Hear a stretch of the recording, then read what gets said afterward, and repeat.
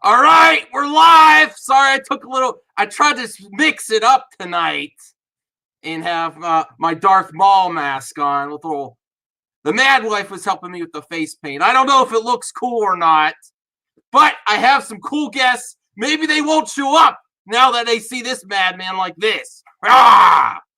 This is the fandom. We're going to talk about The Mandalorian, Episode 7. We're going to talk about The Rise of Skywalker, and as you see from the thumbnail, the reaction from what some may call Access Media versus the reaction of Hate Access. How are they responding? Now that The Rise of Skywalker is actually coming out, it's going to be in theaters. How is each group handling it? Without spoilers, because my man Star Wars Only is coming on. Maybe he's like, man, this guy's too crazy now. Look at him. He should be on. I have some other guest plans. Hopefully, Snow Dub comes on. Angus might be late to the party. I'm going to check my Twitter now. Let me see here. I got to let them know I'm alive. So give me a few minutes.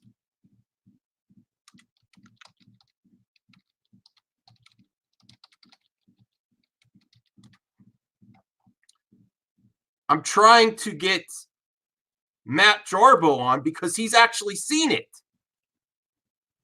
He's actually seen it. In Star Wars Only, if he comes in, control yourselves, please. Any menacers here, control yourselves with the spoilers. I would highly recommend, if you're planning to see The Rise of Skywalker, that you just kind of like avoid chats on live streams. Oh, for me? Phobic Xeno? Am I going to give you nightmares tonight? Oh, boy. Hello, Time Traveler Registered Trademark. Hello, Bo Johnson. Relapse. I'm still not seeing it. I watched the review from Grace Randolph. I did not get spoiled yet. Nice Darth Maul mask. Yes, thank you. I might be alone. Am I abandoned? Where is everybody? I gotta let Star Wars only know.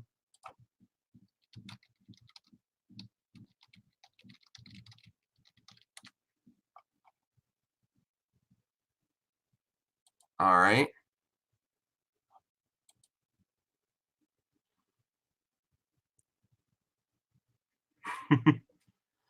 Christy, you want to come on? It scared you. I think it scared away my guests. There's no one here.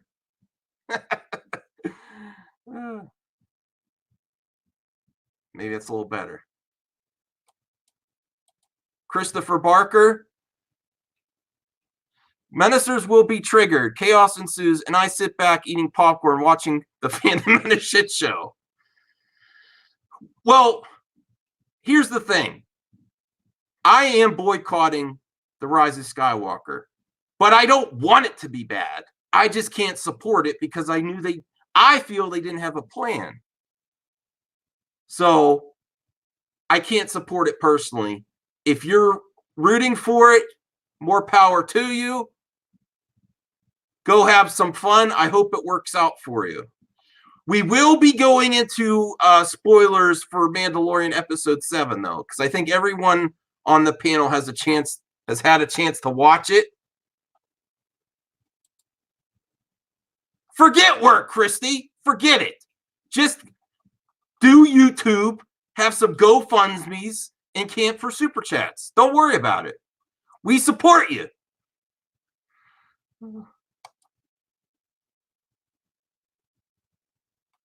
A proper job. Okay, United Comics.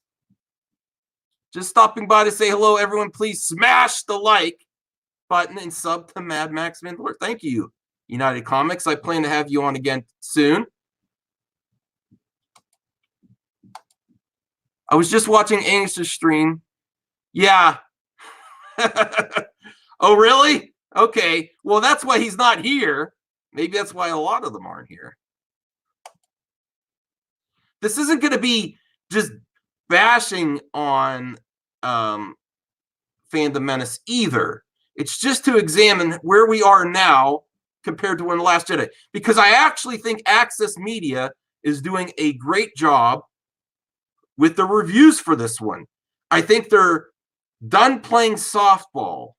I think they are. I think it's hard if you're in Access Media and you're the old guard of YouTube movie talk. This is the way it's set up. This is the way Disney wanted it to be for The Last Jedi. And the whole system, there's flaws in the whole system. And after The Last Jedi hit, you really got to see it.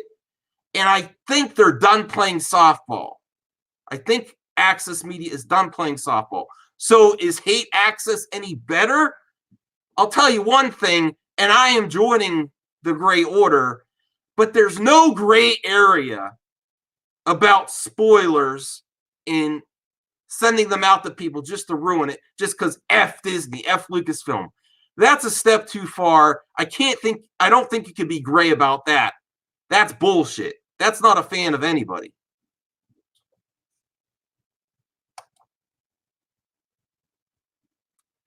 When everyone agrees it's boring. Yes, that's why I have a lot of different panelists that are hopefully coming. Either than that, or I'm just going to be a crazy guy with some Darth Maul face paint and a mask in my dining room, yelling alone and looking at my chat.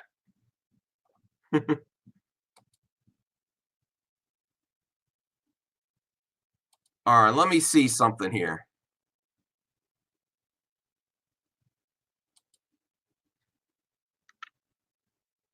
All right.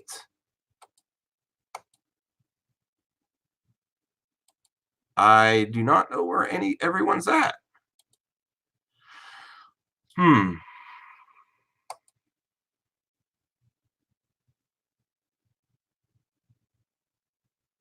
Well, if she gave the warning, that's different.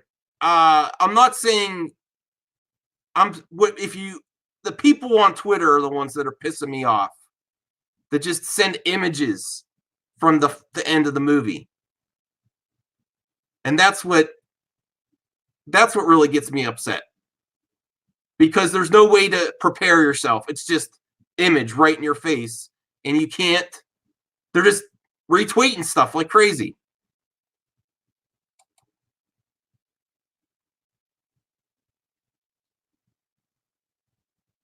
The fandom is united. I actually am very sad that the reviews are starting to come out and that even though I applaud Access Media for doing their jobs, I'm upset that it's not good, that we're kind of proven right. But is that a good feeling?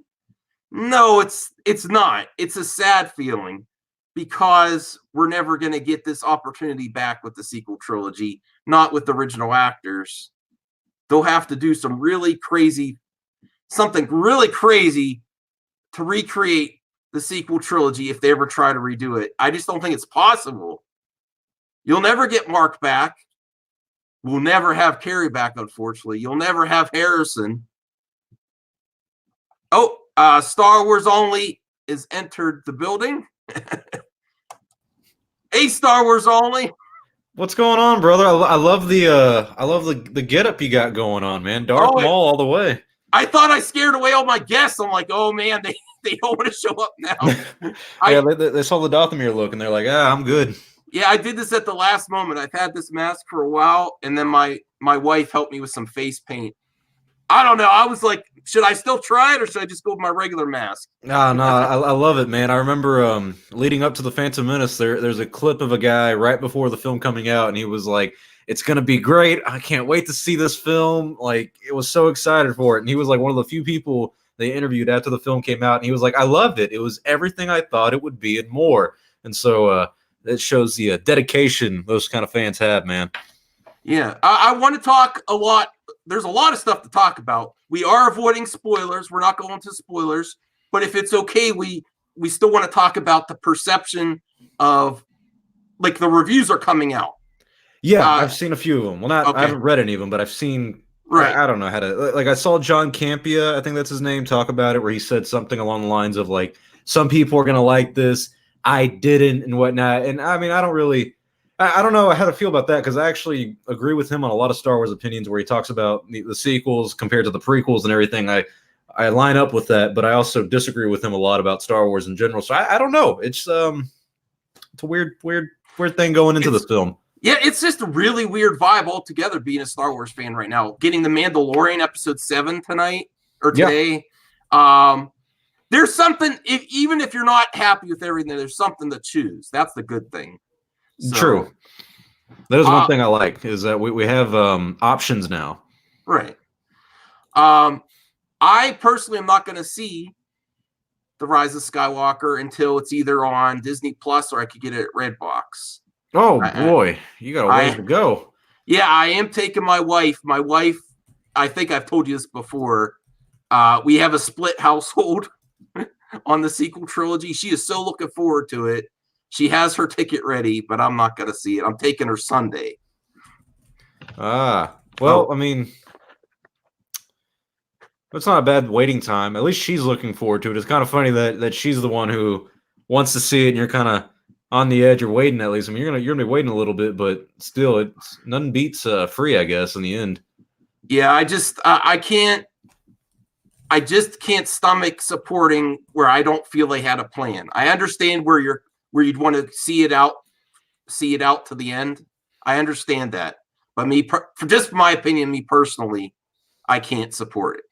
No, I get that. I mean, I'm putting out. I have like 3 videos pre-recorded for tomorrow because I'm driving like I'm taking a 4-hour drive to Houston in Texas, and then I'm watching it with a friend there, and then driving 4 hours back. So I won't really have time to be on the internet and do a lot of video uploads. But I'm talking about in one of the videos where it's like my thoughts before seeing the film is that the characters are generally uninteresting. Like the main characters that we have in this film, even the sequel trilogy as a whole, they're kind of missing the interest that you would have with the original trilogy characters. That's one of the great things about the original trilogy is everyone still loves Han. I mean, even J.J. Abrams says that's his favorite character. Leia's the least interesting, but still very interesting because she's the dominant female of the group. She's arguably the smartest one. And then you got Luke, who needs no introduction there. Those characters are fun to watch. They're interesting. We enjoy seeing them do their adventures.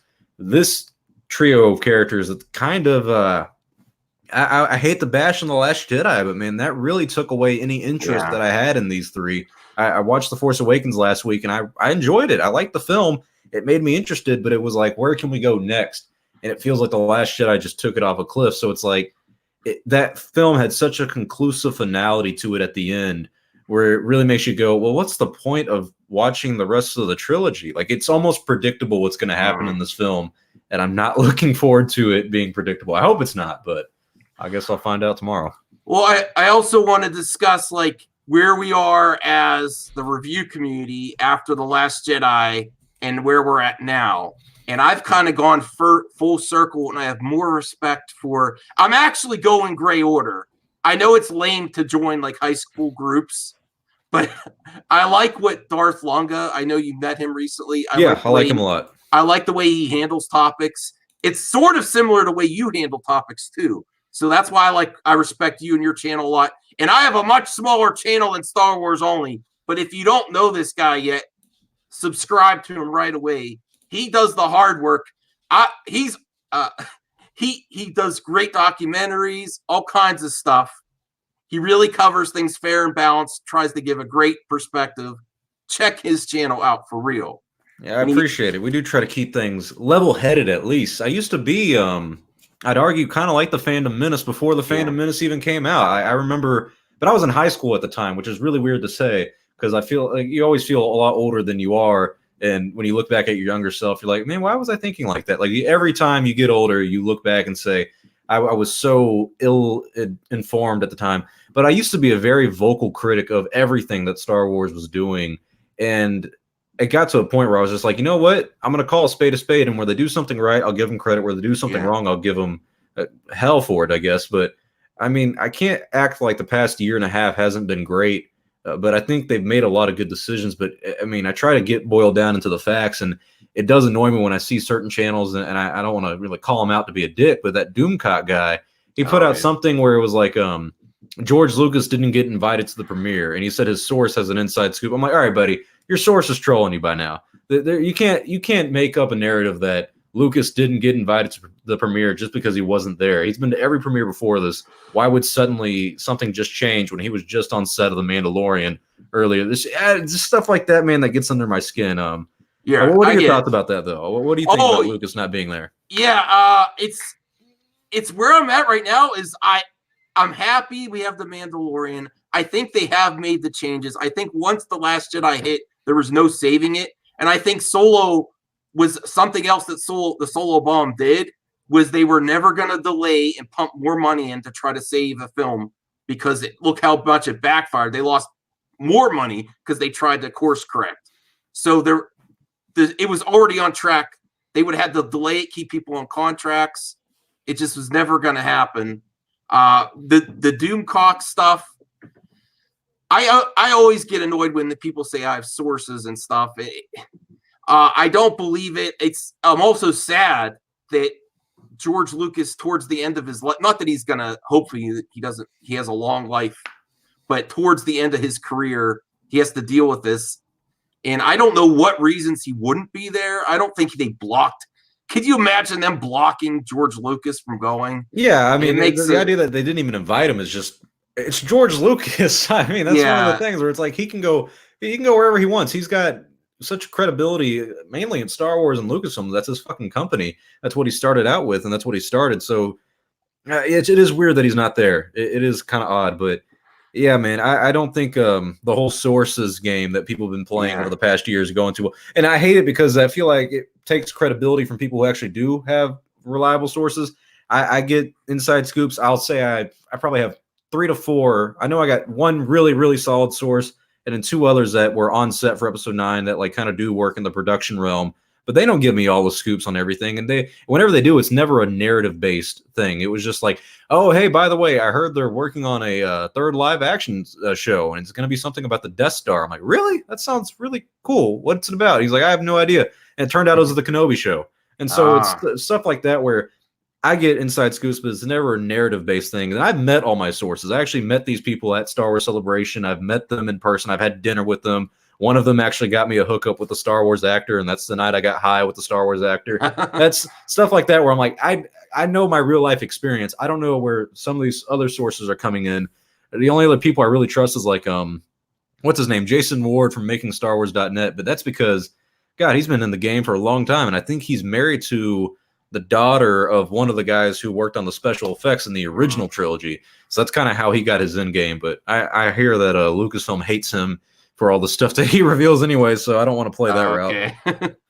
Well, with the Fandom Menace is doing right now, which really makes me sad, and I'm not here to bash the Fandom Menace. I know you're not either. You just want to, you kind of do fair and balance. You don't want to go one side or the other. No, I'll bash him. I don't give a fuck. But celebrating that it's bad. Like, I'm not supporting the movie, but the perception out there is that critics are not also overwhelmingly liking this movie. And they're like celebrating, like, we were right. Which makes no sense because they didn't believe the critics for The Last Jedi. I mean, when have the critics ever really gotten Star Wars right? Because the Fandom Menace seems to be, and I hate to generalize the entire audience, but don't they seem to be like a big prequel fan base? Like they all love the prequels. Well, the critics hated the prequels, and they absolutely couldn't stand them. And then when it came to the original trilogy, they mostly enjoyed it. I mean, who didn't enjoy the original trilogy when it came out? Up until, I think, Return of the Jedi, critics were a little iffy, but still. But to say that to celebrate the critics not liking a film, shouldn't that make you more excited because you didn't like the critics' ideas on The Last Jedi, and they love that film? They love The Force Awakens, and the Phantom Menace seems to hate both those films. So it's kind of like counterintuitive in a way where it's like, what's your goal here? And it seems to me the goal from the start was just to hate on this film. They've been hating on this film since it was announced, and it doesn't surprise me that they're saying, oh, this film's awful, this film's a disaster, and it's so bad. after it came out, and I don't even know how many of them have actually even seen the film. Yeah, But just if they've seen the spoilers, I'm getting retweets like crazy. And this Yeah. that's not just from just average Joe menacers. Jeremy retweeted images months ago. I'm sure you were a victim of that too. Yeah, that one upset me a lot. It's just like F Disney. Do it. Here's my perspective. Vote with your wallet. If you don't like it, don't like it. Don't support it, but don't ruin it for everyone else, because there's some of the stuff you can't stop. It's just I'm not happy that it's not good. Like, I wish they would have pulled it. I mean, I didn't see. I also think you have to go in with a blank slate, because there's too much conflicts of interest for access media, and there's also conflicts of interest for hate access that are just ready to hate, want those clicks, and even they'll stretch a small problem into a big thing just to get the views. It's easy to hate. There's things wrong with everything. Yeah. So I think you have to go in with a blank slate on this one. I think access media, they are trying harder this time than The Last Jedi. I'm not saying they were. The big thing with me in access media in Rotten Tomatoes is I don't think they're going to say something that's absolute trash is great, but they also play within that fresh zone and don't go below it. They play a little bit softball, in my opinion. I don't know if you're different on that or not. And I don't think this time they are at all. I think they're just going right for it, which I like. I like more. It's what's been established with the relationship between Disney and social media influencers. Well, that's one of the curious things about the access media that we have now, is that it almost feels like they are owned in a way by Disney. I mean, they've gotten a lot of one of the things that Mr. Plinkett in his review for The Force Awakens pointed out, which I thought was funny, was that when Disney bought Star Wars, there was a sudden love of the prequels that came out. Like, there's all these articles, like 10 things we love about the prequels. And Disney runs the system now. I mean, they own Star Wars. They own so much. They run the system. So it wouldn't be surprising that people who are mainstream media people are trying to get in good with the mouse. I mean, we know people in the Star Wars media realm, and I know I certainly do, who are what you would call shilling out for the mouse to get the media passes and all that inside stuff. And it's one of those things where it's like, do you trust the people who got into it and got to see the film? And do you trust these media people with their opinions? Do you really think they're honest? Or is it one of those things where you can't take anything they say seriously because it feels like they're using their access for money? And I mean, that's what a lot of people do now. And even the hate side of the media that we have in Star Wars is like, it's a lot easier to make money off of hating it as well. I mean, it's a very fine wine, I guess. And you got to find that line in between them where you pick your poison, I guess. I mean, it's a complicated time in Star Wars, right? I would think. I mean, it's really weird. It's one of those things where this film, if it opened up to 110% of people loving it, everyone who even hated the film going into it loved it, I think things would have improved a lot. But I think mainly this weekend and next week mostly, we are going to see the outcomes of this film and how it may shape the future of Star Wars going forward. Because we don't have another film for 3 years now. This is it. This is it. Yeah. And that's what's so weird about this, is that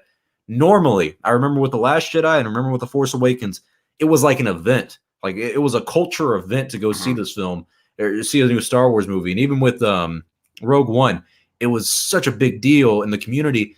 This one, I mean, I'm not feeling anything for it. And I don't know if it's just because I'm not in high school anymore and not everyone's talking about it. I don't have that big social circle of Star Wars fans.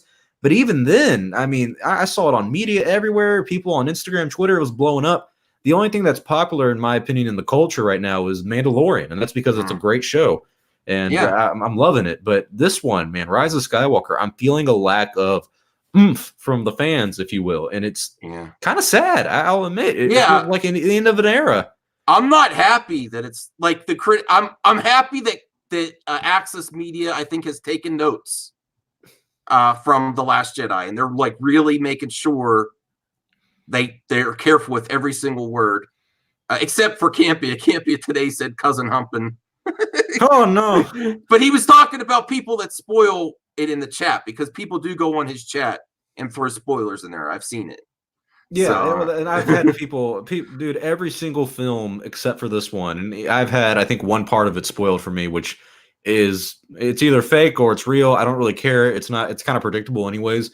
But every single film has been spoiled for me. Before The Force Awakens came out, someone was like, "Hey, Han Solo dies." Before Rogue One came out, someone said, "Hey, everybody dies," and that one I was like, "There's no way." And then Last Jedi was Finn, I think, dying or something like that, and I had someone who was involved with The Last Jedi who had like really good scoops and told me before the trailer even came out at Celebration in 2017 Orlando, he was like, I heard Luke went crazy in this film. Like he's like psychotically crazy. And I was like, oh God, this film's going to be awful. I mean, I hold to this day that I was the first motherfucker to say The Last Jedi was going to be bad. And I don't say that with pride. But then Solo, someone told me Darth Maul was going to be in it.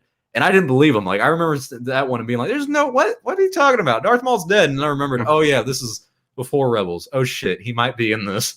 And this one I've avoided most of them, thank God. But I don't think it's going to be worth it in the long run. I don't think I'm going to miss the spoilers, if you will. I really value your opinion, so I'm really looking forward to your review. Do you know? I know you're going to be busy the next few days. Do you know when you'll plan to have yours on your channel? I'm trying the way I'm doing it, where Friday is when the movie like comes out worldwide, I believe, at least in America domestically. And so Thursday, I'm seeing the film tomorrow night in Houston at 6 p.m. and I got a 4-hour to 3-hour drive back home. And so literally it'll be up Friday for sure, guaranteed. But Friday, all right. I'm not sure exactly what time, but it'll be up around that time because I want to get it out as soon as I can. And it's part of it, of course, is financial incentive base. This is the best month, YouTube advice here for anyone wanting to get into the field. YouTube month season, the best season is December. And for our Star Wars fans, this is, of course, the best time of the year.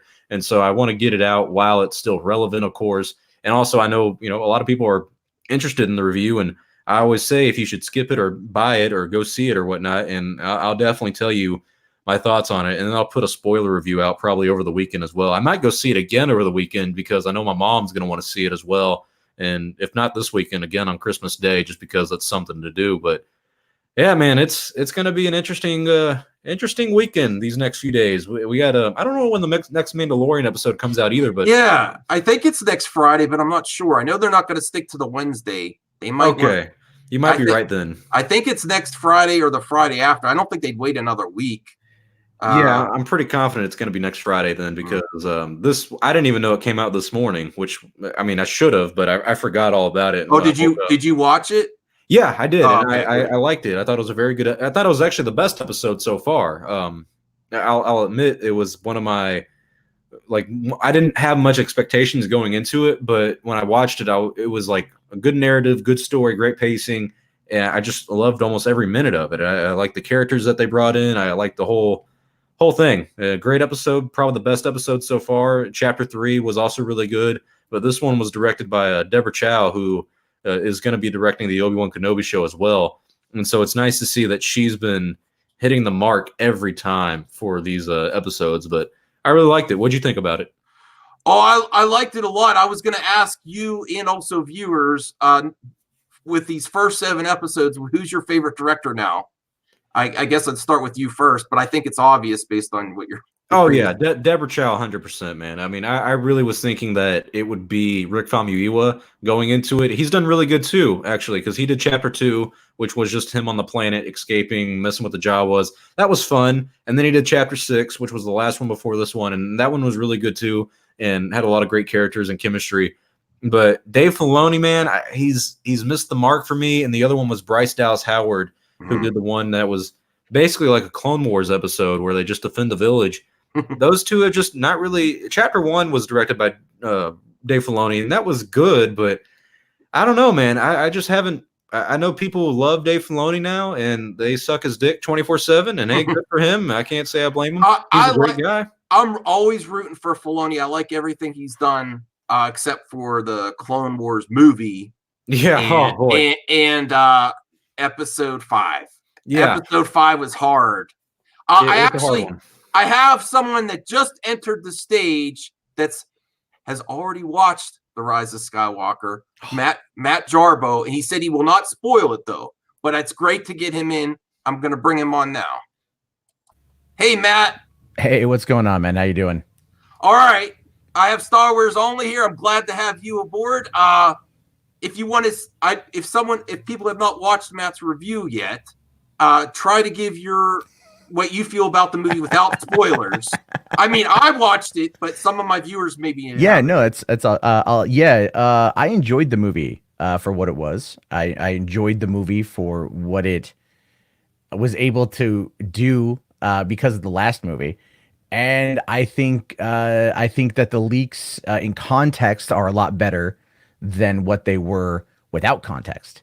Because without context, you don't know anything that's going on. With context, you're like, okay, it's not as bad, you know. And I mean, I had fun, and the audience I was with had a lot of fun. I was down in Los Angeles yesterday. I watched it at the El Capitan Theater, which was directly across the street from the Chinese theater where the first movie premiered back in May of 1977. So I went to Ground Zero to see the movie.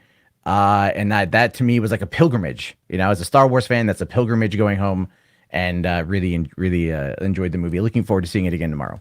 Oh, that's cool. You have a review up now if people want to go check it out. Yeah, and it's spoiler 3. Apparently, there might be some spoiler around 10 minutes into it. I guess I just got caught up and I may have said something. I was really tired. I haven't slept much in the past like 3 days. So I might have let it slip. So you are a little bit warned, but the first 10 minutes you're solid. You're solid for the first 10 minutes. Well, congratulations. That's a nice thing to be able to have that experience. I'm happy for you. Thank you very much. I'm happy you liked it too. Like some people, like I'm a boycott.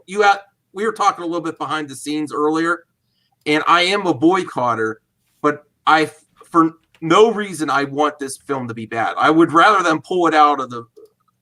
I would rather them have an amazing movie and everyone be happy about it. I do never want Star Wars to be bad, especially George. Me and Star Wars Only also were talking about the reports from Doomcock that George wasn't invited. I'm sure you have probably strong feelings about that. Well, I mean, too. I know people that when I was down there, they had the premiere the night before, right? And when I first got to Hollywood Boulevard yesterday morning at about 10 a.m., they were still tearing it down. They were tearing down the premiere, the tent for it all day long. And so I was asking around because I was at a screening with a bunch of people who had seen it the night before. And yeah, like Lucas just didn't show up. Like Johnson just didn't show up.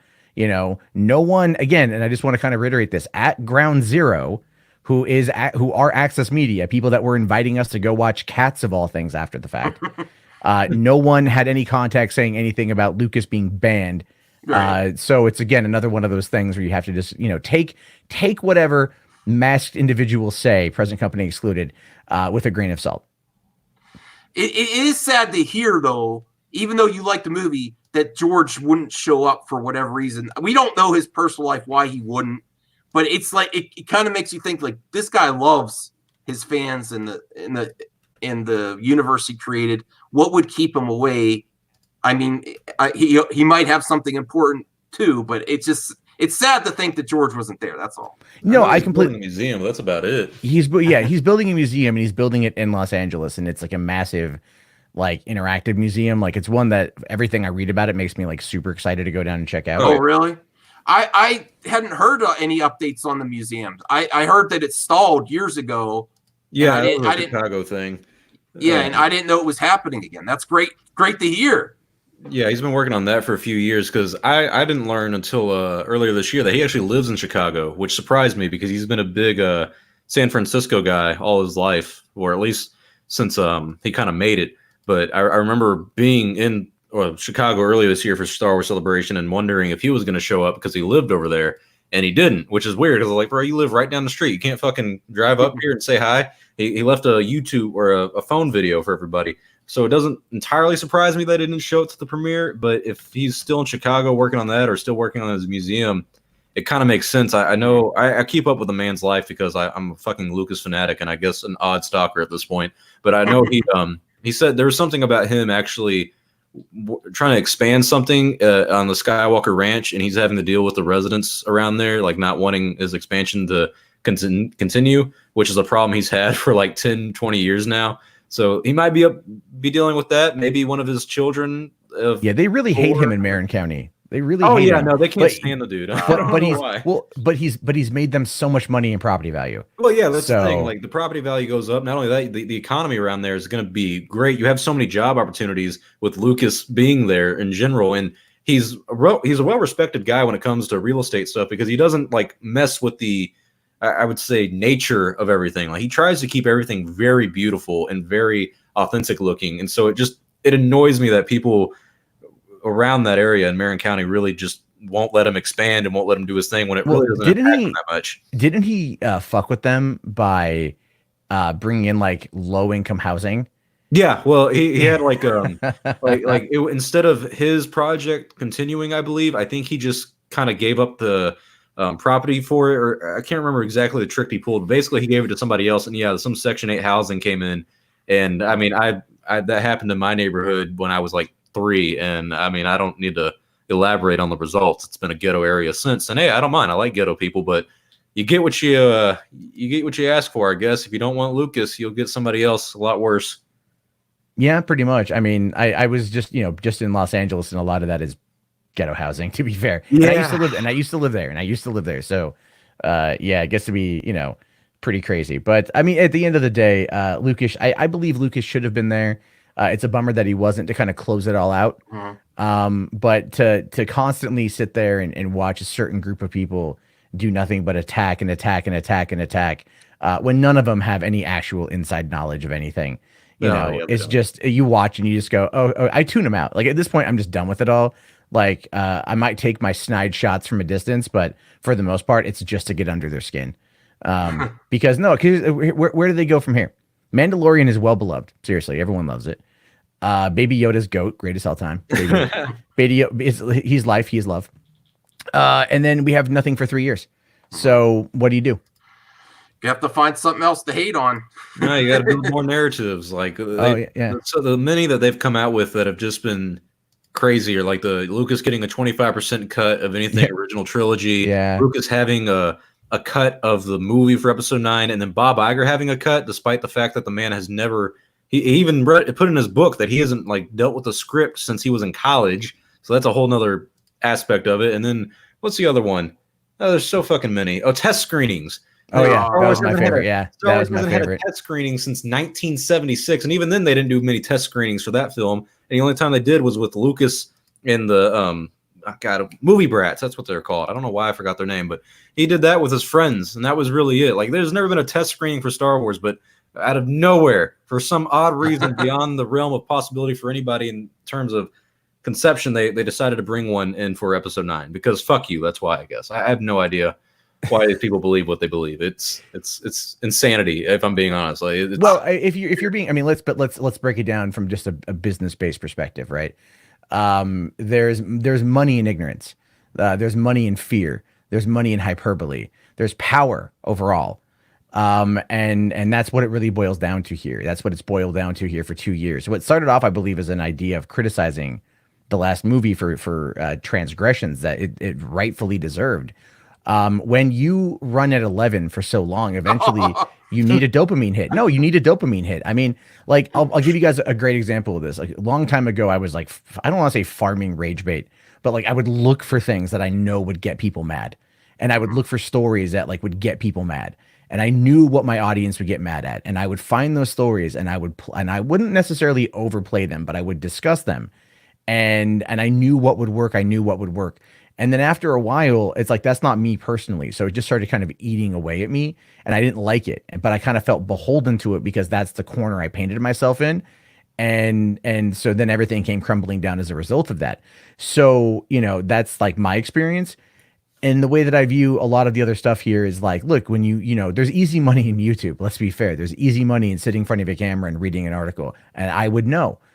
But I think at the end of the day, a lot of it boils down to passion. And a lot of people argue that the Fandom Menace is passionate, but I think that they are more addicted to the power that comes from their group versus actually discussing things from a perspective of, I don't know, like logic and reason is a big one. But then again, if you really start breaking down the political backgrounds of these people, it's a lot of Trump 2020. and a lot of and a lot of Trump 2020. I'm sorry, this is me being truthful. Is not based in facts and logic. It's based in emotion, fear, and hyperbole. And we're seeing that now on an epic scale. And so when that comes from the top down, from even our top political party, the one that's in power, that starts to really spread out there. And then that becomes a very easy narrative to play up. And that's why you find people like you, that Star Wars Only, that you cover Star Wars, and you cover it in a very neutral way. I like your content, by the way. I just actually really want to say that I do enjoy your content quite a bit. I appreciate it, brother. And I like people like you in Star Wars Theory that want to talk about this kind of stuff. Like Thor Skywalker, I don't agree with everything he says, but like I like his approach to it. Mm-hmm. And it's like, you know, I watch a lot of that kind of content because it's not just like Kathleen Kennedy is devil incarnate. She rips the head off Baby Yoda, sucks out his spinal fluid, and then just orgasms and squirts all over George's face. You know, like, because that's what you see a lot of. That's what you get a whole lot of that. Well, yeah, and you got. How's everybody doing tonight? I got a little excitement going on here. Nice to see you, Star Wars Only. Howdy. Matt Jarbo. Good to see you. Glad I could join the panel with the Menace. Yeah. Yeah, Matt was making a good point about the Menace. And, you know, I think you got a good point about, like, the kind of the Trump background to a lot of the political ideologies. I'll be open and admit I'm a right-leaning conservative, not the biggest Trump supporter in the world. He annoys me on Twitter. If he would just shut up, I think his poll numbers would go up a lot as well. But when it comes to that, what annoys me with the Fandom Menace side of being conservative and having kind of that same political ideology of, well, facts don't care about your feelings, or let's get down to the facts and not the feelings.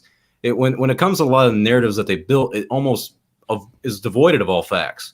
Where it's like, guys, let's break down and look where these informations are coming from. And, you know, they always go to the same articles of, we got this covered, or independent.co.uk. I mean, I know the usual suspects that come out when it comes to bad information. It's easy to make a bad narrative nowadays of just putting out, oh, there's going to be a new series, and it's going to be about this Force user, and it is going to be the first transgender Jedi ever. And you just put out that in an article, and then they're all going to cover it on YouTube, be like, oh, Lucasfilm, I hate it. What is it? Someone, I saw, there's so many comments I saw in my review of the movie last night. They're just like, I'm not watching this because there's LGBT representation. And I'm like, it's literally 2 seconds on the screen. If you're so worried about seeing two women kiss, I would love to see your Pornhub history. I would just want to see it. Just take a screenshot and show me, and I guarantee you it's going to be some depraved shit. Yeah, everyone crying about this stuff, their hub history is probably, yes, you're right. I'm just saying, it's like the people that cry about it the hardest. If you dive deep into their history, you are going to find some seriously dark stuff. Well, like that's what's usually the proof of these situations. Yeah. I lost my thought there. Well, thanks for coming on. You made me lose tracks. That's what I do, man. That's how I roll. That's how I roll. Didn't you? Yeah. Macho Snow, thanks for coming on. This is a hot one tonight. Oh yeah. It's a big deal going down here with the Star Wars. Yeah, everybody's getting excited for that episode 9. Well, I don't know if I'm waiting to see. You know, what's funny about that too is I was reading an article last night that said that now that the people are talking about it, the ticket sales have now matched The Last Jedi. The pre-ticket sales, it's gone up. So, I mean, if the movie pulls in 200 million, it's going to be considered a success. It all depends on word of mouth from the audience, and a lot of people. And there are people I've been talking to all day that have seen it outside of the country. And they were like, man, I was really worried, but I walked away satisfied. And at the end of the day, if you hear satisfied, the movie will have legs. And the movie will carry well over 1.5 billion, not a problem. But there's people out there that, again, when you profit off of something's failure, right? Like that's what I don't quite like. When you profit off of wishing something would fail, a multi-$100 million movie that's employed 15,000, if not more, people from a multitude of companies and studios and different jobs, from artists to sound design to, you know, just getting the coffee. You kind of discredit every single thing that they've done, all the work and the time, and it's not a simple process when you make a movie. And you know, and the thing is, these people who talk about movies, they've never made a movie. You know, They don't know anything about film. I've gone to film school. I graduated film school. I've worked on many films, short films, commercials, documentaries, you name it. I've worked on it. You know, I've done sound work for a Doritos commercial where they put me in the back of a '67 Plymouth for 2 hours driving through Burbank, and then forgot I was there when they hit a bump. You know, like that was fun. I'm saying, like, these people who don't understand movies, don't understand the culture, don't understand the business, don't understand anything outside of how it makes them feel, and that's fine. But when it becomes this massive crusade to destroy, you know, it's like, especially when it comes to Star Wars, this is a franchise about not giving in to hate. This is a franchise about overall overcoming fear, overcoming hatred, overcoming all of our you know, terrible aspects of being a human, right? Not giving into our darker side and wanting to do the right thing. And then you have people that become like some of the worst people imaginable. And not just the commentators, but I mean, like, part of the audience, you know, the anonymous nature of the internet does that to people. And they come in and they say, like, the worst things on the planet, the most terrible things on the planet to you, because you had the audacity to, like, I don't know, Brie Larson and Captain Marvel, right? Like, it's just because that's what they breed. That's what they put out there. And they know this. They know this. And they don't care, which I believe, in my opinion, is far worse than just being ignorant. It's being complicit. And I don't want to give them any attention, to be honest with you. I really don't, but I just figured I'd come here and say it. Well, this is what I see happening this week. They are cheering like they're being validated, but here's what I'm actually seeing from the Fandom Menace is an hour-and-a-half documentary saying you can't prove that we were hating on Kelly Moran Tran. Oh, was that Ichi Baka thing? Yeah. So yeah. You can't prove that we should I pull out the emails he was spamming to me for months? He would spam me every single one of his articles. Oh, right? Really? He would spam them to me. Yeah, he would just email me. I didn't know who the hell this guy was. No, all that shit is 100. Oh, gee, fuck him. I'm not saying they did it, but it's like, don't act like you don't see the words. Like, it's very possible. I don't like that they focused on it so much either.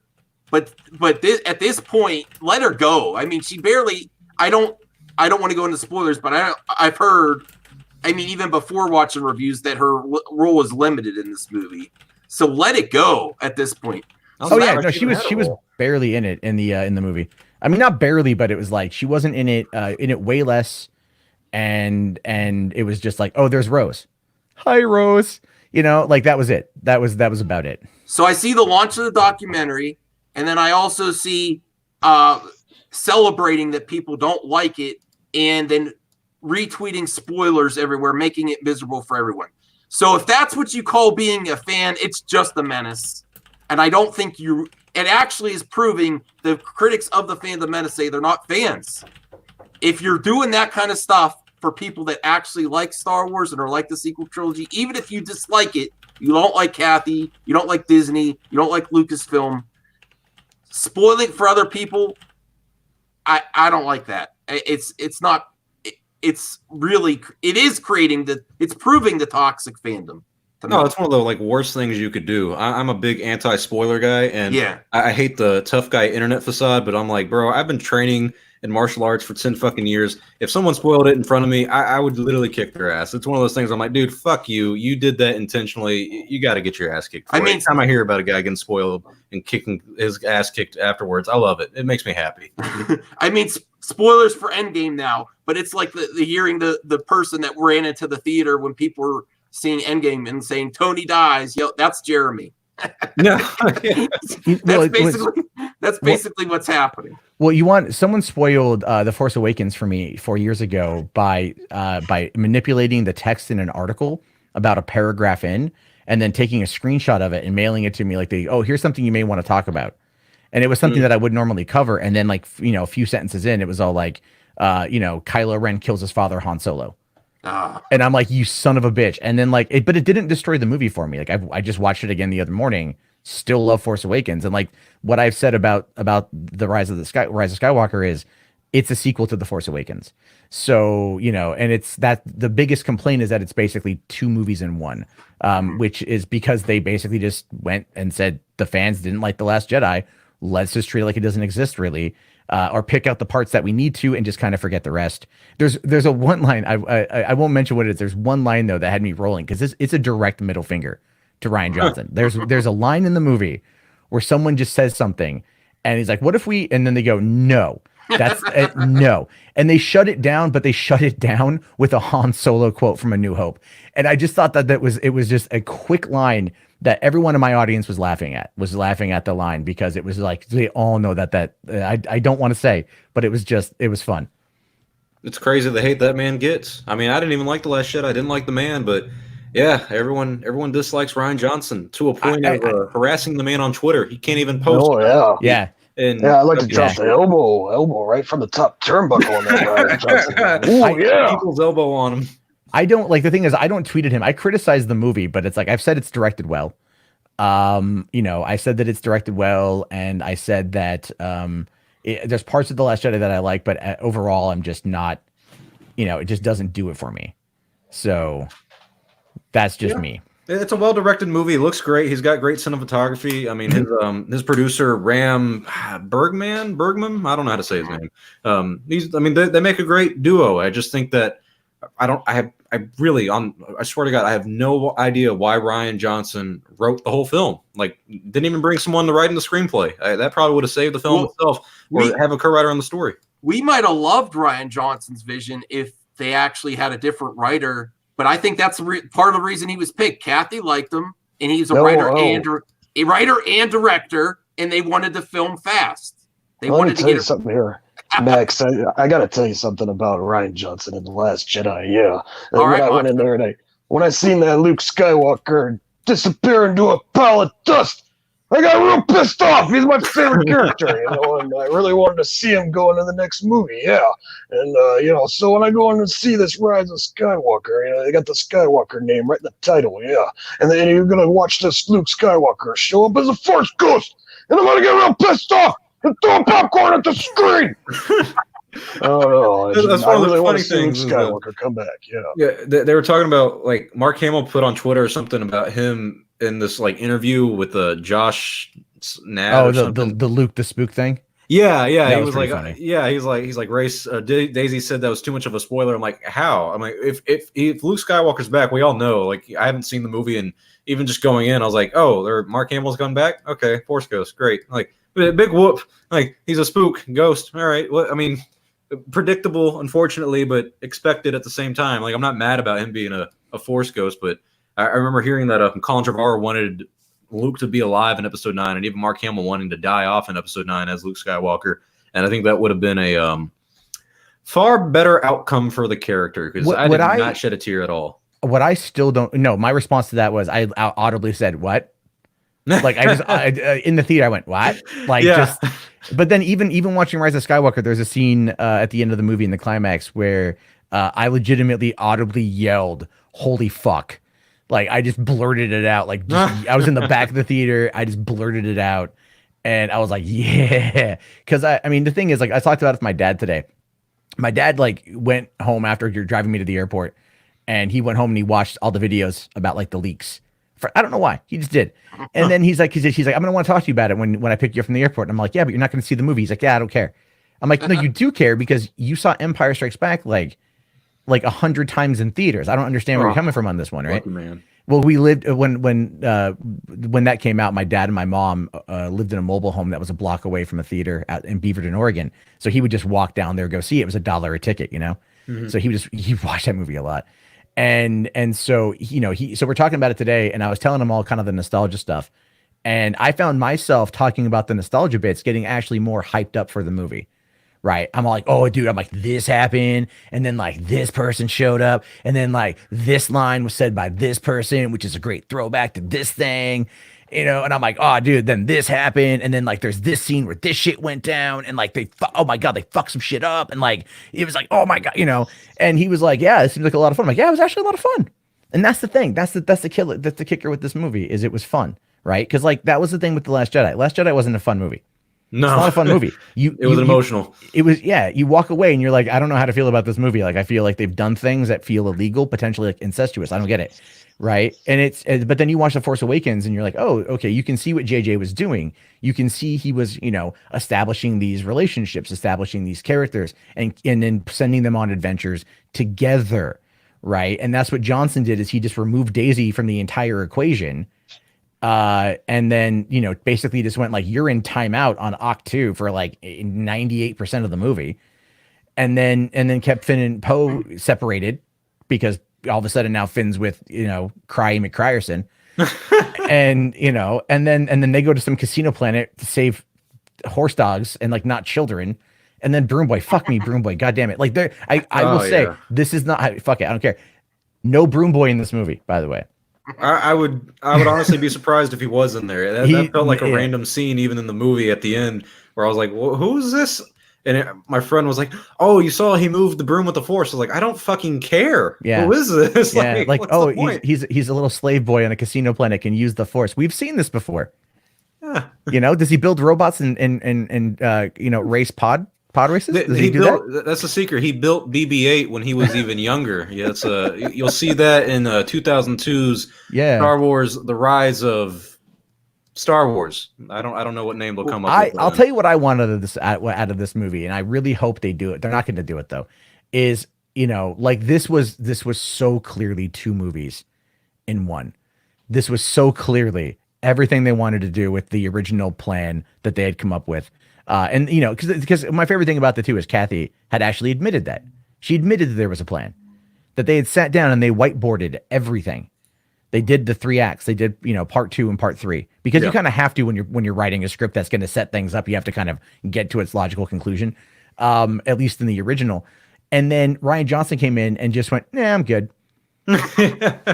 Well, that's the thing he says, is that there's always a conflict. I think the producing side of the sequel trilogy has really been the downfall of the story, where Kathleen says it's been planned out since the beginning, and I believe that. And J.J. Abrams said he wrote outlines for episodes 8 and 9, and I also believe that. But then Rian Johnson says when he came in, they didn't have anything past episode 7. Well, I also believe that because I've seen his film, and he felt kind of trapped with the character of Luke on what to do with him on Oct 2, because he was like, why is Luke stuck on this planet? Like, what's he do? What do you mean Luke's not fighting the battle? What do you mean he's vanished and he's in hiding?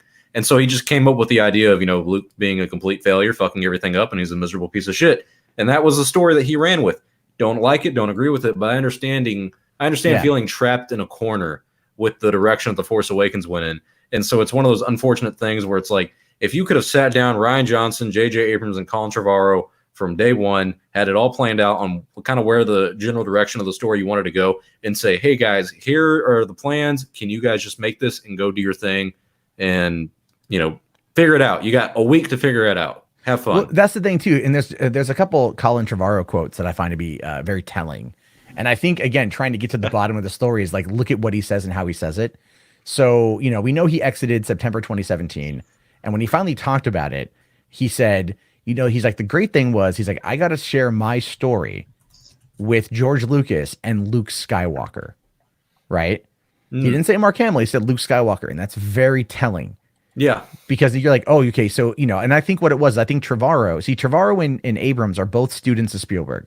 So I really think Trevorrow would have been a very good choice to handle it. I think he would have very much been, in line to kind of be number 2 to JJ and continue that theme. I think he would have been good at that, because Jurassic World kind of showed us that he could do something similar, right? I mean, you want to call it a bit derivative. It's, the sequel trilogy's been derivative. I'm not going to disagree with that. But I think, I think he was trying to crack that nugget when it came to what to do now with Luke being dead. What I don't get, and I would love to corner Kathy Kennedy and just ask her one question and go, why didn't you cut that scene with Luke's final scene by 5 seconds? Why didn't you cut it by 5 seconds? Or just, I don't know, delete the fade. Just delete the fades. Oh, this is bad. We're done. Wow, well, the movie's often a lot better. And because you had time. Carrie Fisher died a whole year prior. They knew she was dead. And if she was going to be the Last Jedi, if she was going to be the setup for the final film to be the Last Jedi, to be that, then why in God's name did you allow it to go ahead as planned? That is one of the biggest questions that I've got. Oh yeah, I can smell some Black Angus on the panel. It smells like Angus has been here for 10 minutes and he's kept his mouth shut. So thank you, Star Wars Only and Matt Jarbo. You shut up this menace. he wasn't able to get one damn word in. Okay, Angus, no spoilers here because Star Wars Only has not seen it yet, and there's people watching right now that have somehow avoided regardless of what the Menace has been doing online, they've still avoided the spoilers. So no spoilers here, Angus. Yeah, no, it's fine. Wait, Angus, have you seen it yet, buddy? No, I've just seen a lot of spoilers. Okay. No, like, God I'm damn. the only idiot that flew to Los Angeles from Seattle to watch it for one day and then fly back. I envy you though for doing it. I have a friend who he always gives me the scoops on it and everything. He's really friendly with people over there, and he was like, "Yeah, man, you want to go to the premiere?" And like when I met him in Chicago, and I was like, "Bro, I would love to, but that's money, and I got college. I just can't do it, brother." But I got 2 kids and stuff like that, and I do this full time. And thankfully, my audience, I asked them to help me out with that, and they did. They came through fucking hardcore, and I was actually really surprised because I don't like asking for anything, and I'm like, well, this is kind of important to me, and I would love to be there for the finale at Ground Zero. Like, I saw it at the El Capitan right across the street from the Chinese theater, you know, and to sit there and just to kind of be. I mean, I didn't go to the actual world premiere. I went to the next day, but I felt like I was like a couple hours removed, you know, just a couple hours removed from it all. And to me, that was really important, like being able to sit there and say that, yeah, I was at the end of it all. It was right there at Ground Zero. Yeah, no, I saw your update about that you had that opportunity. I almost said something in the video. I'm like, I don't know how my fans will feel about me saying like, hey, you know, it's great, man. Jarbo's got a chance. Did you see my reaction video? I saw the beginning, and I was like, let me get back to it. Isn't that funny? Yeah, right? I had to do it. It didn't work out the way I wanted it to because I was editing on my phone, and it's hard to like get music to work just right. But as the movie's ending, I'm just sitting there like, I need to fuck with people. Right, I need to troll them a little bit. I'm like, how do I make this like? I need to have like the sullen look on my face, and then just have my camera pull back in slow-mo while playing "Hello Darkness, My Old Friend." and then I was trying to do it like in the movie theater where, you know, traditionally cameras aren't allowed, and so people were looking at me. But at the end of that 30 seconds, when I fall out of frame, I legitimately just collapsed. You know, and it just looks good in slow-mo. But yeah, I thought that was really funny. Yeah, I did something like that with my Mandalorian review, where I did a Planet of the Apes reference with Baby Yoda and the scope, and I'm like, you blew it up, you blew it to hell, damn you! Just to troll people, and they'll be like, the first thing they say, like, oh no, it really happened, you know, and it's like, no, here's my review.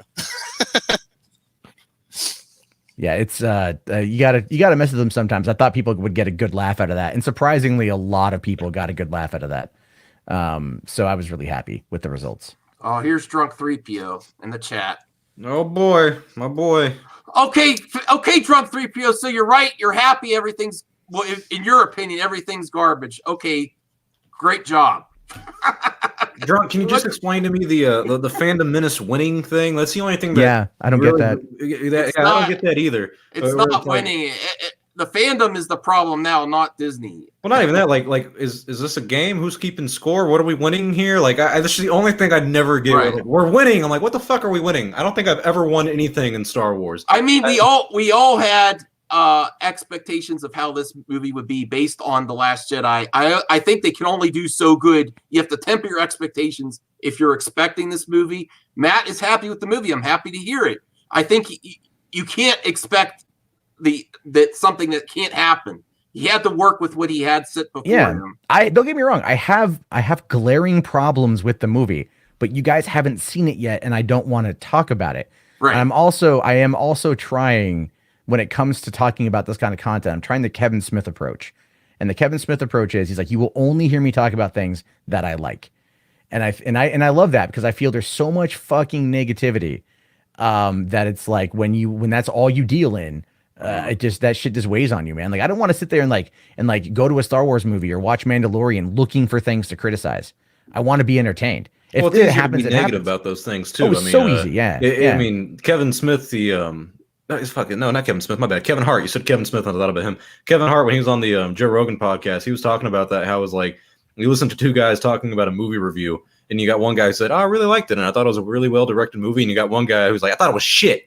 It's like, well, why'd you think it was shit? Because it's ass, man. And he's like, it's so easy to be negative.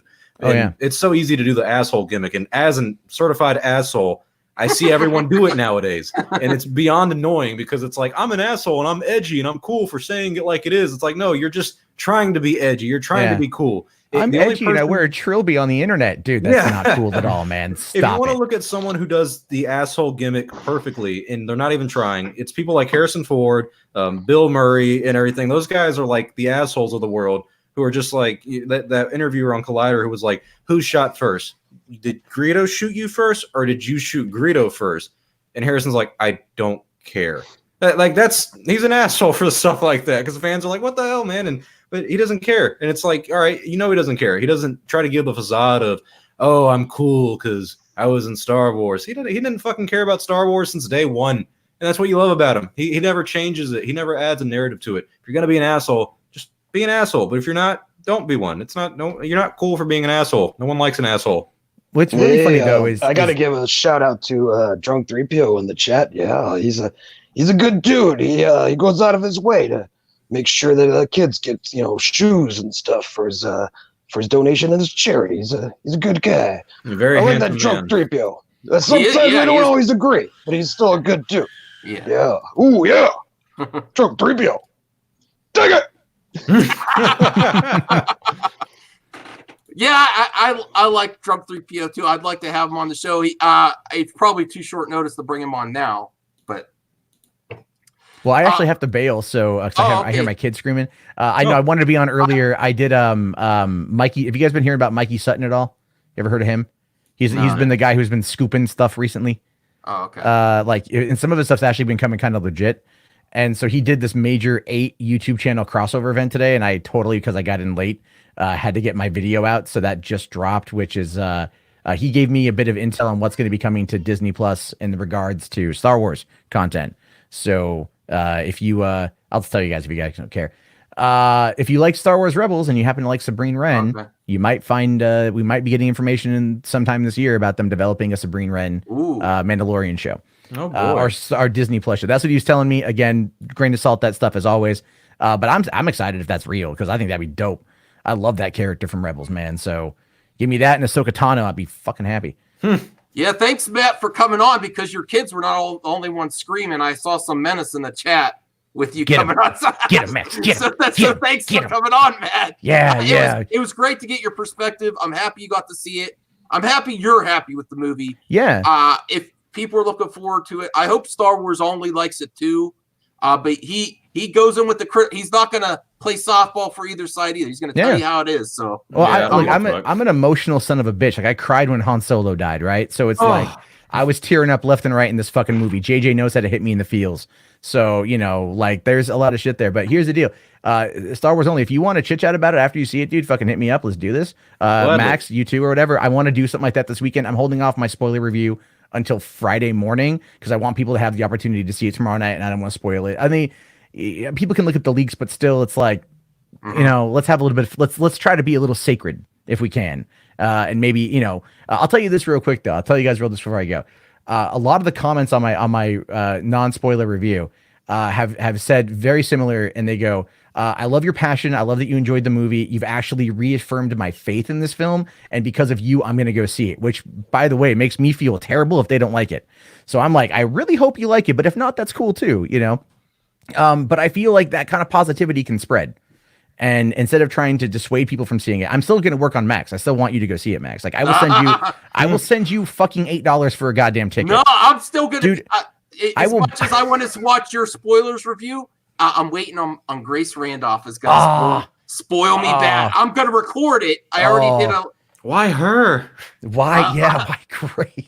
She made up that awful rumor about Kathleen Kennedy getting fired off of some insider from Paramount that has no relation to Lucasfilm at all. Like, what the fuck was that about, man? I'm the insider. That was pretty much my video. No. No, I'm not the insider. I don't know. I got a thing for Grace. I met her. I met her last year. Oh. I met her very briefly at VidCon. Yeah, at VidCon. I met her. Really? It's very, she's even more disheveled in person. Ooh, oh boy. Like you see her and she looks kind of together in her videos. I saw her in person and she like had a handler, which I thought was really weird. I'm like, you were a YouTuber that talks about movies. Okay. Okay. But she was like, I shook hands with her real quick, said, hey, nice to meet you. And then she just kind of looked at me like she was not all the way there. So, and then she blocked me on Twitter randomly one day. I have no idea why. So nice. Still trying to, so you made it. Christian Harloff blocked me too. And I met him over the summer and we had a good conversation. I don't get it, man. People, I'm all over the place. You love me, you hate me. You know what though? I'm going to go collect some fucking boulders. So, no. Oh, Net Alliance. Star Wars only. You like Net Alliance, isn't that the Yeah, one? me and him. I'll admit, I have a kind of a bias towards this guy. Like when I started out on YouTube, he was like the first guy. And it sounds weird, but like to give me props in a way and to be nice, because like there's so many Star Wars channels out there, but a lot of them play, and I know a lot of them now, which annoys me. But a lot of them play the I'm bigger than you, so I'm better than you kind of card, and they let the ego get to it, and like I'm cool because I got a lot of subscribers. I'm like, bro, we're Star Wars fans. None of us are fucking cool. All right, chill. And so Net was one of the first guys to actually kind of give me some props and talk to me. And we had a podcast together. I want to get one set up again with him. Net, if you're listening, email me, hit me up on Twitter so we can do one probably next weekend or not this coming weekend, but next week to talk. I know you got a wife and a kid and everything going on, but I'd love to talk to you again because it's been over a year. But yeah, he's a really good guy. He's got a great channel. I watched his Harry Potter stuff the other day because I was doing the Harry Potter weekly marathon. I have no idea why. I thought it was fun, but yeah, I like Ned a lot, so good for him. But I highlight his comment because he's seen it already. He says, yeah, Rise was fine. If you're a fan of Star Wars, you should see it. So that's cool. And I'd actually, based on your recommendations, I think I subscribed to him. If you're ever up to being on this show too, Net Alliance, I'll contact you later after the show's over because I think you're a cool channel, cool guy. All right, guys, I got to run. But sure. See the movie, judge for yourself. Anyone who runs a YouTube channel is trying to sell you something one way or another. That's true. Keep that in mind. It's all marketing and merchandising one way or another. So make up your own mind, and may the force be with you. Have a good night, guys. All right, thanks. Well, maybe now Angus and Macho Snow can talk a little more. Are you still there, guys? Oh yeah, still here. Yeah. Okay. There we go. This is the hottest my show's ever been. So thanks for everyone that's on the panel. Thanks for everyone that's in the chat. Lots to talk about. I think since Matt left now, maybe we want to talk about The Mandalorian episode 7 because has everyone here seen this episode? Oh, yeah. Okay. Macho Snow, did you watch this episode 7? Oh yeah, I really dig it. I like the Mendo. He's a good dude. He really knows how to take care of that baby Yoda. And, I like that baby Yoda. He's a real cute little thing, and I could dig it. I like to watch it. Just kick back, sit down on the couch, and snap it to a Slim Jim. Ooh yeah. Well, I think we could go into spoilers here too. So, spoiler warning for anyone that's not seen episode 7 yet. So they're going a continuation. Episode 8 is going to be Taika Waititi. Yeah, he's the voice of what was it? IG-11. Mm-hmm. And what's the guy's name? The new villain that made an appearance in this episode? It's like, was it General something? But Giancarlo from Breaking Bad. What did you think of him? Not a lot thus far. Like nothing. It's not good or bad. I'm waiting to see. I like that they surprised us with putting him in from the. We knew about him from the trailer for a while, but I like that they slipped him in kind of as like a twist for the show. When you think like, oh man, they're about to find out about spoiler. Baby Yoda's not even in the egg, and what's going to happen to Mando and Grief Cargo and stuff. It's really good, man. The cinematography for this episode, I compare it to like No Country for Old Men. How Deborah Cho was very methodical. Like she really let scenes take place. She didn't, do a lot of jump cuts. Like there's an action scene in the middle with like stuff attacking where, yeah, they edit a bunch of different cuts, but overall it's very just slow pace. Lets you take in the scenes. Yeah, it had a lot of good of establishing shots too. Mainly when they got back to Navarro, like when it came to that kind of final part with all the troopers and the death troopers and everything. I really loved how like it kind of was slowly panning in. You see the TIE fighter and everything. I mean, it really just lets you kind of breathe in the set. And normally, some films what they do is to kind of mask for a lack of a built set or anything. And I hate to call them out, but you can notice this with the prequels a little bit, having so much CGI in them.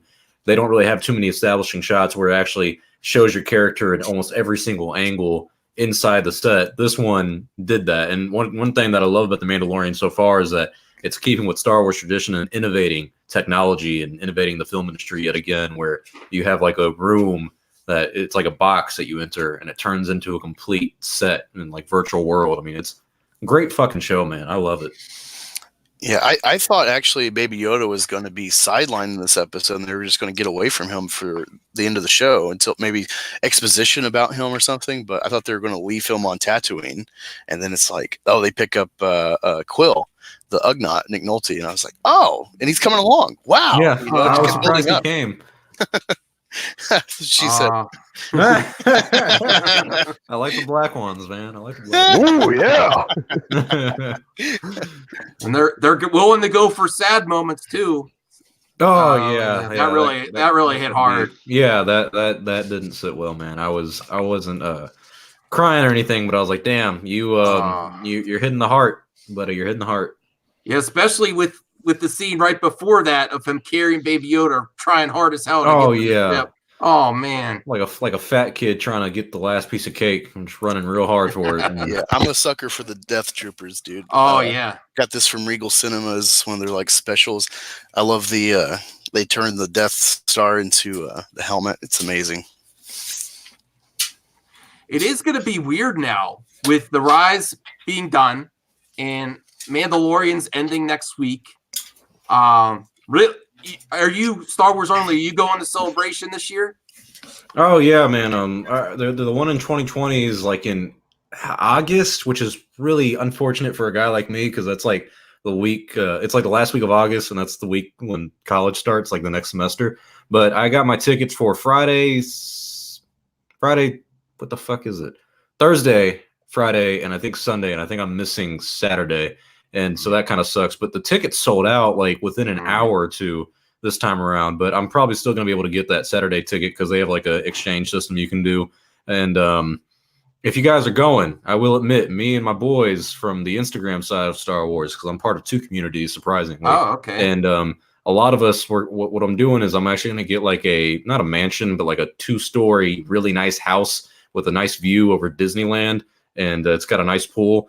And I smoke a lot of pot. Well, I don't anymore because of my new job, but I love smoking pot. So when I get there and whenever we get that house, we're having a party one of the nights where we're just going to invite a bunch of people. Hopefully the Star Wars actor I got high with in Chicago shows up too. He already promised me we can get high again and probably meet some more people. So yeah, Celebration, dude. I'm looking forward to that so much more than almost anything else in my life, man, because I get to get high as fuck at Star Wars Celebration. Y'all have no idea how amazing that is. I got high at Chicago, but I had one of those pins, and I had to sneak it in some other dude's backpack in front of me in the line and then take it out without him noticing. And then I got high as fuck hitting it, watching the, what was it? I think I was watching the Mandalorian clip and then the Clone Wars panel.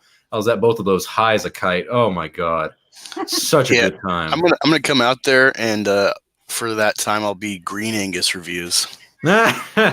Oh yeah, you need to have the macho snow come out to your party too. Yeah, Everybody's coming. We'll be smoking a Skywalker OG only. That's going to be the only strain of weed we'll be smoking.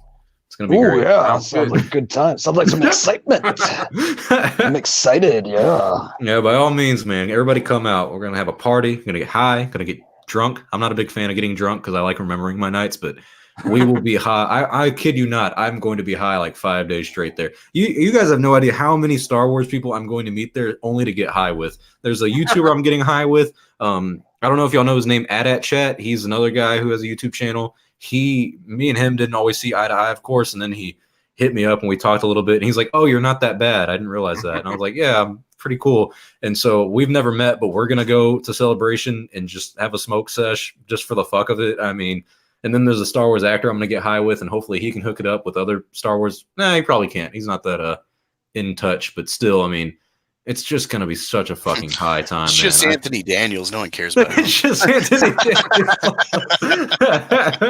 Wouldn't that be some shit? Oh yeah, in the movie, drunk or C-3PO, he got the red eyes. Yeah, he must have been smoking. Came to mind. I was like, oh man, this is gonna be a good movie. I'm fluent in over 6 million forms of pot. He'd be like, hey, you know what, Mr. Star Wars only, hand that pipe over here. I've been smoking since the 70s. Let me show you how it's done, baby. You know, Apparently, actually, fun story about Star Wars actors getting high. Kenny Baker was a big pothead back in the day. Ahmed Best once said in an interview on the set of the Phantom Menace that he looked over in the corner and he saw Kenny Baker just ripping a bong on set. And he said he had the biggest, like, I don't give a fuck attitude. And that's just amazing because if I feel like if I'm on the Star Wars set, that's what I'd love to do is just get high as fuck on there. But also getting high with someone like Kenny Baker would just be amazing because he's got his little British accent and everything. He's fucking short as hell. He's R2-D2 for crying out loud. And he gets high. Like, come on. Most stoners are a lot cooler than what people would give them credit for. They're not all like lazy and stuff. I smoke and do jujitsu and whatnot because that's a big part of that community. But getting high with like creative stoners that can function and still think like that is like the best time in the world, man. I can't wait. One day I'll get high with Kenny Baker. Probably in the afterlife, but it's gonna be awesome. And you might get high with the Macho Snow too. Oh, bro, come on down. Oh, I'll be there. Yeah. Peyton Place is here. Hey, Peyton, I want to work with you soon. This is the type of madness you'll get if you show up on my channel. I actually thought when I legit started this stream, I'm like, oh man, I scared away all my guests with my get up. Because like I said, no one was coming on. So I appreciate you all coming on. And yes, Peyton, you're always welcome here. Yeah, Maul's my favorite, man. So did you paint the bottom of your jaw? Mad Wife did. I woke her up from a nap and I'm like, I'm about to stream. Can you do some face paint for me? And she's like, all right. So I think it turned out okay. It could be better, but we did this in like 15 minutes. So, oh, it's great, man. Yeah. After this, I think Star Wars is going to be on the right track. I do not want to personally go to Celebration until I know Kathy's gone. But I think you just talked it up, Star Wars only. I would love that. Yeah, brother, you're going to have to set your expectations lower. I promise you she's going to be there. And I promise it's a really good time if you're not like one thing that I think people do at Celebration, which is weird to me, is they're all about the panels. And I go to the big panels where you get kind of like not the inside scoops of stuff because they're sometimes streamed. But you get to see the actors and the people there. You actually get some secret footage from time to time. And that's always fun. And just the vibe of the place. But just walking around talking to the Star Wars people, and for me, what mainly goes down that I have the most fun at least for Celebration, is that night when Celebration's over, because there's certain spots where there's a lot of the actors and people who are actually in the know about certain things. Like I was at one of the bars, and I shit you not, there were 3 or 4 people from the Lucasfilm story group around the bar, and I was talking to one of the insider source guys that I had and that I met, and I was like, yeah, man, it'd be awesome to get like those kind of inside scoops. He's like, bro, you're good at talking. Just go hit the bar, get a drink, and start asking people what their profession is. And you're going to meet 2 or 3 Lucasfilm story group people. I was like, what? And I never did because I was 19 at the time. So I wouldn't have gotten very far, even though they served me drinks anyways. But it's one of those things where you get to meet a lot of really cool and really fun people. And I'm telling you, man, it's literally some of the best times you're ever going to have. I met Jeremy there. I mean, I met Jeremy and we had beef at the time, even though I didn't there was no beef on my side. It was just a complete big miscommunication. And he was careful with that word, man. No, I gotta be careful, man. we met and we get the whole handshake bro hug kind of thing and kind of talked it out and then walked around for about an hour or two just talking about Star Wars, of course, and we got along really well. And we were supposed to meet up again on Sunday after the Jedi Fallen Order panel. He was hitting me up, asking me where I was at, and I was like, at the panel. He was somewhere else, and we just kind of lost track because he left Monday, and I was still there. But it's things like that where I met Jeremy, I met Jeff from Multi Class Bullshitters, I met the Star Wars girl, and I didn't even know who she was at the time. So it's things like that where it's a lot better to talk to these people that you may or may not disagree with, or just in general in the Star Wars community. It's a lot better talking to them in person and realizing, oh, hey, we're not all as crazy as we seem on the internet. We're actually people and human beings, and a lot of the vibe is pretty good. There are some weird motherfuckers, though. I will admit. I mean, I'm not gonna act like there weren't. There's some weird ones out there, but overall, Well, you guys should come. I haven't made it there yet. You need to come, Max. Celebration 2020 is the one to do it because I guarantee you we're going to get information about the Kenobi show and the Mandalorian show. And if you want to meet some Star Wars actors, bro, I'm the guy to hook up with. I got that's the only scoops I can really get with those kind of situations. Is I know the guys kind of on the inside of that stuff, and even the people who set it up. Reed Bach, what the fuck's their name? I can't remember. But the people who set up the celebration event, I know some of the guys who work there too, and they're fun to talk to, and they can get you into the panels because they helped me get into one of them. I'm just imagining you be like, in reality, you know, hearing all this stuff and stuff, but really you're like Lewis from Ant-Man, where it's like, yeah, so this guy, he knows my cousin. This dude said this, you know, and so on and so forth. It's like a long, convoluted story where it's like, oh, you could have just summed that up in one sentence and you don't know anybody really. I have a funny story about that too, because I was told something from a friend like 2 years ago, and it was basically like that, where I was like, hey, I know a guy who knows a guy that once dated Daisy Ridley, and they had sex, of course. And everybody was like, oh, so you know a guy who knows a guy. And like, yeah, it's one of those really awful stories. But no, legit, if you there's only like one. I think there's only like one time there that I was like, oh, okay, I can't get to meet the person that I wanted to meet, which was Ray Park.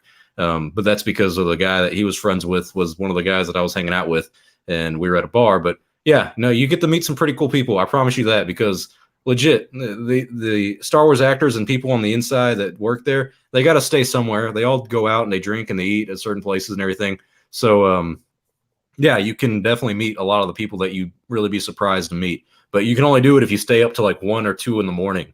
I mean, one of the nights that I was at the bar in Chicago, it was a guy named Daniel Logan who plays Boba Fett, Jon Favreau. I don't know if y'all know who he is. He played Dak in Empire Strikes Back, where he's like, I feel like I can take on the whole Empire by myself. And he was the guy behind Luke. And Ian McDermott's manager, she was there, the guy who plays Palpatine.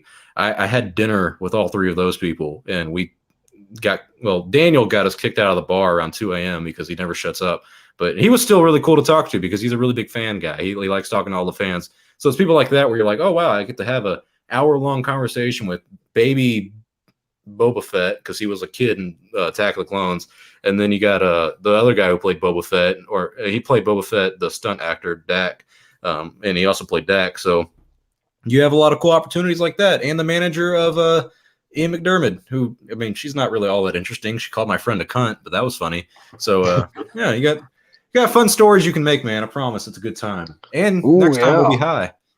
Yeah, that's why I'm going for sure. Yeah, I want to see Mad Max over there. I want to see him with a bong rip through that mask. No, he won't be mad. I promise you that. He won't be mad when he's high. He'll be a happy Max. Yeah. Happy Max. Well, Peyton places in the chat. She says she's going to be there. So, Peyton, go. If you don't know Star Wars Only, go check out his channel, and vice versa. Peyton is trying to be more positive about stuff, which is really appreciated in the environment in fandom right now. I think it's needed. I think we're also seeing a little bit of a change. People need to move on a little bit. Myself included. I'm trying. So, you're really talking up Celebration, though. Oh, dude, you got to let me stop or make me stop, because there's so many stories I have from Chicago that I'll forget, and when they start coming to me, I'm like, oh my God, so we did this one day. And because literally we would be up from 5 a.m. till probably 3 a.m. in the same time frame, no sleep, nothing, but hanging out with people with Star Wars credentials, I guess, hanging out with just friends that you meet at a Celebration. But there were 2 or 3 nights in a row that I just hung out with a Star Wars actor or two, and it was just, man, it was a good fucking time. And then at Celebration, you actually get to meet a lot of cool people. Some of my friends got to meet Dave Filoni and Jon Favreau when they were walking around. That was really cool. The panels are fun, for sure. It's a good time. Expensive as fuck if you don't spend your money wise, but with the way my channel's going and the job I got in 2020, man, I'm going to be blowing so much money on just weed alone in California, just for everybody, just to be like, hey, give me your best strain. I got to get Macho Happy and High, and I got to get Black Angus to High Angus and Mad Max to High Max. It's going to be the. I've never partaken before, so. No, you need to. Oh, you're Man. missing out, Max. Yeah. you're missing Dude, out. So if I ever go, it'd probably be my first time. No, yeah. Well, you always want to do it in a controlled environment around people you know. I would love to see a Mad Max unedited, Midnight Madness while he's high. And he's Oh, boy. no. Uh, no. We could do Kathleen it. Kennedy. We could do a stream that night at the house when it happens, and just see how it goes if we even remember. Mad Max 'cause- will do a mad raid on the fridge. Yeah. Mad wife will be like, "Shut the hell up!" Why are you eating everything? You're like, hey, you don't know why. He's going to EPS and eat some butter. Well, me and Black Genghis, we already had ourselves a little plan. Yeah, he's gonna come down and meet up with the Macho Snow, and we're gonna do a little road trip. Yeah, head on over to California. So we'll meet you there, Star Wars only, and we'll take it to the squared circle and match bowls and get real high. Sounds like a great idea. Sounds like It's some gonna be excitement. great, man. It'll be the best week, which is like only really 4 days ever. And actually, I think I'm getting there Wednesday because it starts on Thursday and leaving Monday because right around there's a Disneyland in Anaheim, California, and there's a Galaxy's Edge, and so we're gonna go there one day. And then also there's a bar out there that's called the Scum and Villainy Cantina, and it's like legit meant to be a Star Wars cantina. And I guarantee you, a lot of cool people.